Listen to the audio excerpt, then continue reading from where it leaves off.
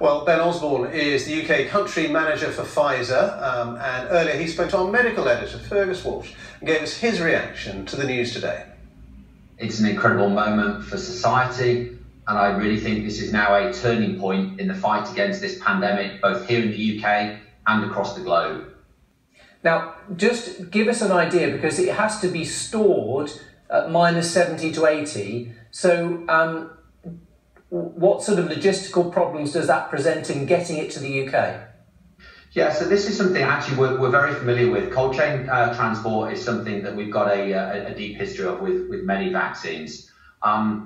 Yes, it needs to be transported at minus 70. I think the point we need to really all be clear on is once it reaches the NHS and is ready for deployment, this vaccine can actually be stored in a normal refrigerator between 2 to 8 degrees for 5 days.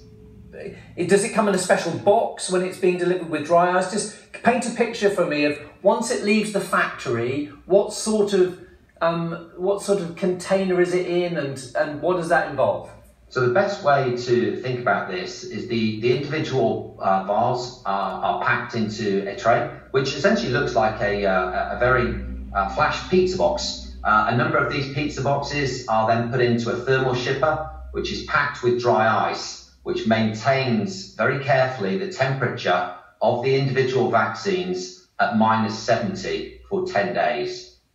And just give me a sense, when it comes into the UK and then comes to the NHS, it obviously then has to be unpacked off those shippers and then packed in something the NHS has. Does each time it's transferred from one cold chain to another, is there a limit for the number of times that can happen? So we're working under sort of very clear processes and regulations to do that. Our job as Pfizer is to provide it in line with the authorisation from the MHRA into the deployment system for the NHS. They then pick it up from there. Now, in terms of then, because people have said, oh, we won't be able to immunise people in care homes because it needs to be stored in dry ice at minus 70. But can you just explain to us that in fact that it's not quite as complex as that? Yeah, I think this is a really critical point. Once the vaccine actually reaches the site of deployment, the vaccine can be stored under refrigerated conditions, so that's between 2 to 8 degrees for up to 5 days. So that's a really important point, and that will allow many populations across the UK to benefit from this vaccine.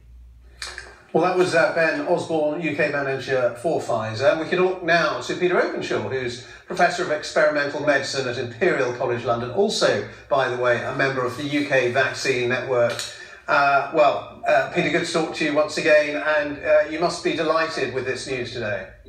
Yes, it is very, very exciting for those of us working in this field that it's been possible within such a short time to come up with several plausible vaccines, one of which has now actually been licensed, which is amazing.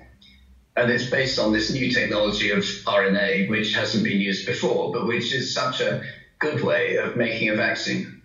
And what would be your message to anyone who's listening to you now and thinking, actually, I don't really think I want this jab, I don't want to be vaccinated, for all sorts of reasons they may have.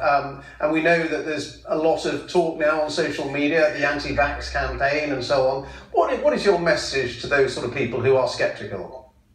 Well, I'm glad to say that most people do it in this country actually say that they would like to have this vaccine. And if people don't want to have it, then that's completely up to them. But I think we have to try and get the information out to them and to make sure that they've got the information available on which to make that judgment, and that they're not just hearing too much, fake news or rumours, because I really do think this is a very safe way to get vaccinated.